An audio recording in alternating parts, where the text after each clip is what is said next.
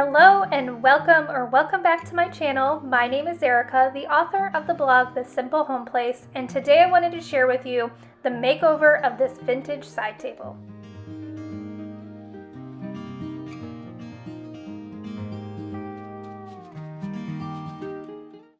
So the first step in this makeover was to remove the hardware, which was this drawer pull and then the hinges for the drop leaf sides.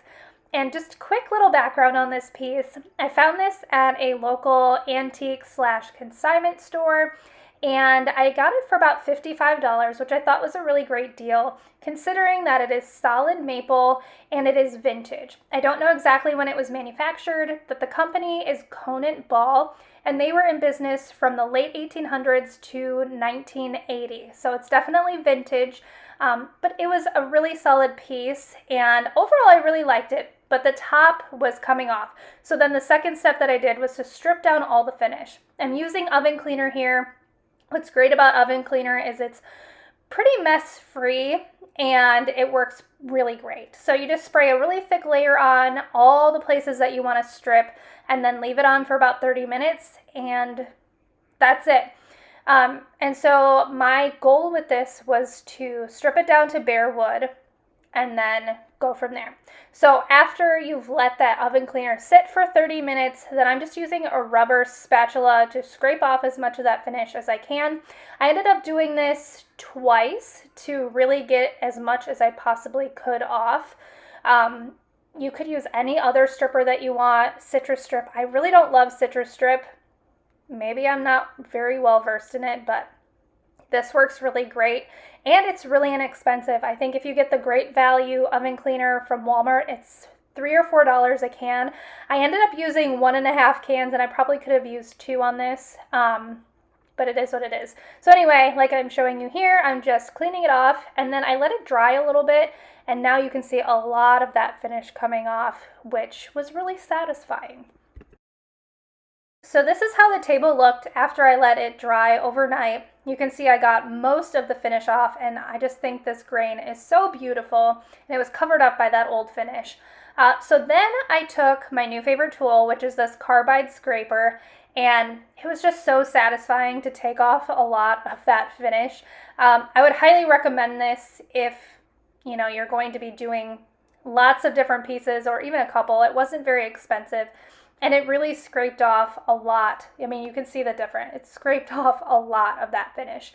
Then once I was satisfied with how much of the finish I got off, I went to town sanding. And I used a 200 grit sandpaper. I tried the sanding blocks, which I've never used before. I wasn't a huge fan, at least for a piece like this. So I just used regular old sandpaper. And the legs is what got me. I really wanted to keep everything natural wood, but the legs were really hard to get into all of those grooves and get all of the stain and everything out of there. So I decided that I wanted to keep a large portion of it the natural wood and just poly over it. If you're doing something like this, you could definitely stain it, but I'm just using this water-based poly. I will leave a link down below if you want to check it out. I got it at Home Depot. I think you can get it other places as well. And then I decided to paint the legs, which I'll show you in a little bit. But this poly just really brought out that wood grain, and it honestly is so beautiful. It did change the color a little bit, but again, I'm just so thrilled with how it turned out. So I did the very top and then this back section and a little bit in the front. And then I just used some 400 grit sandpaper to sand in between each coat, and I ended up doing 2 coats. And then now we are on to paint. And I am just gonna paint the legs. I think that's the best solution. And the color I'm using is Bear's Creamy Mushroom. It is the same color that I used to paint my dresser, and I can leave that video up in the cards if you wanna check that out. I wasn't super sure if I was gonna like it, but honestly the combination looks great and it goes with what I've got going in our living room, which is where this is residing, so it worked out. So overall this was a pretty straightforward makeover. I'm really happy with how it turned out.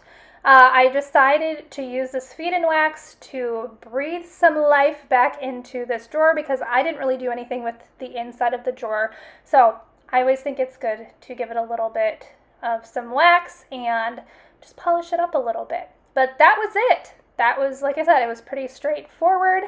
Now I'm just going to put it all together and watch the transformation happen, because honestly, I liked it before, but I love it now.